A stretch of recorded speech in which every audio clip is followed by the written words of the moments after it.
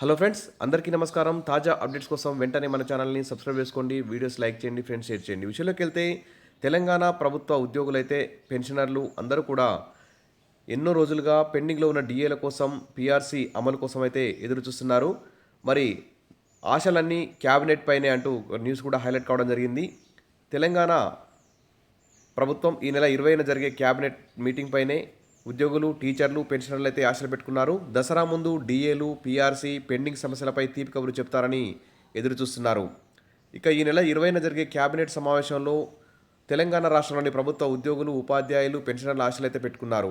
దసరా పండుగకు ముందు మంత్రివర్గ సమావేశం కావడంతో తమకు ప్రభుత్వం ఏమైనా తీపి కబురు అందిస్తుందని వారంతా ఆశగా ఎదురుచూస్తున్నారు. ఎంతో కాలంగా డిఏ, పీఆర్సీ తర్వాత ఇతర సమస్యలు అయితే అపరిష్కృతంగా ఉన్నాయి. మొత్తం 5 డిఏలు, రెండో పీఆర్సీ నివేదికతో పాటు ప్రత్యేక ఆరోగ్య పథకాన్ని అమలు చేయాలని ఉద్యోగులు, ఉపాధ్యాయులు డిమాండ్ చేస్తున్నారు. ఆగస్టు 15 తర్వాత ఉద్యోగులకు డిఏలు ప్రకటిస్తారని అంతా భావించారు.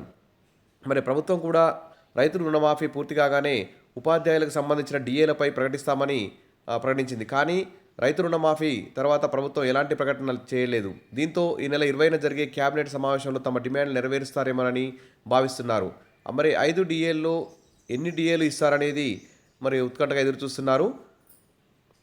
ఇక కేంద్ర ప్రభుత్వం అయితే దాదాపు 4 డిఏల్ని ఇప్పటికే కేంద్ర ప్రభుత్వ ఉద్యోగులకు చెల్లించింది.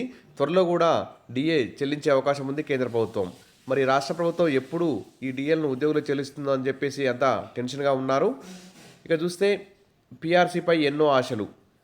గత ఏడాది జూన్ 30తో ఈ పీఆర్సీ గడువు అయితే ముగిసింది. 2023 జూలై నుంచి మరి రెండో పీఆర్సీని అయితే వర్తింపజేయాలి. అయితే గత బీఆర్ఎస్ ప్రభుత్వం ఒక పీఆర్సీకి మరో పీఆర్సీకి మధ్య కాలానికి వ్యత్యాసాన్ని పూడ్చేందుకు 5% మధ్యం ఐఆర్ను అయితే ప్రకటించింది. కొత్త పీఆర్సీలో ప్రభుత్వం అంగీకరించిన ఫిట్మెంట్ మొత్తాన్ని 2023 జూలై నుంచి చెల్లించాలి. అయితే ఈ బకాయిలను కాంగ్రెస్ ప్రభుత్వం మానిటరీ బెనిఫిట్స్ రూపంలో ఇస్తుందా లేక నోషనల్ బెనిఫిట్స్ రూపంలో ఇస్తుందని ఆందోళనలు అయితే ఉద్యోగులు, ఉపాధ్యాయులు, పెన్షన్లు అందరూ కూడా ఉన్నారు. సరే, ఏది ఏమైతేంది, కేంద్రం ప్రకటించిన విధంగా ప్రతి డిఏ కింద బేసిక్ పేలో 3.64% వేతనాన్ని ప్రకటించాల్సి ఉంటుంది. ఇలా 5 డిఏలకు కలిపి మొత్తం 18.2% జీతం అయితే తెలంగాణ ఉద్యోగులకు, పెన్షనర్లకు, ఉపాధ్యాయులకు పెరిగే అవకాశం ఉంది. మరి ఎప్పుడు ఈ డిఏలను ఇస్తారా ఇవ్వరా, దసరా కానుక అయినా ఇస్తారా ఇవ్వరా అని చెప్పి ఎదురు చూస్తున్నారు. మరి బీఆర్ఎస్ ప్రభుత్వం 2022 జనవరిలో డిఏను ప్రకటించింది. తర్వాత 2022 జూలైలో 1, 2023 జనవరిలో 2, 2023 జూలై 3, 2024 జనవరిలో 4, 2024 జూలైలో 5వ డిఏ ప్రకటించాల్సి ఉంది. మరి ఇంతవరకు కూడా ఈ 5 డిఏలు పెండింగ్లో ఉన్నాయి. ఉద్యోగులు, పెన్షన్లు అందరూ ఆతృతగా ఎదురు చూస్తున్నారు.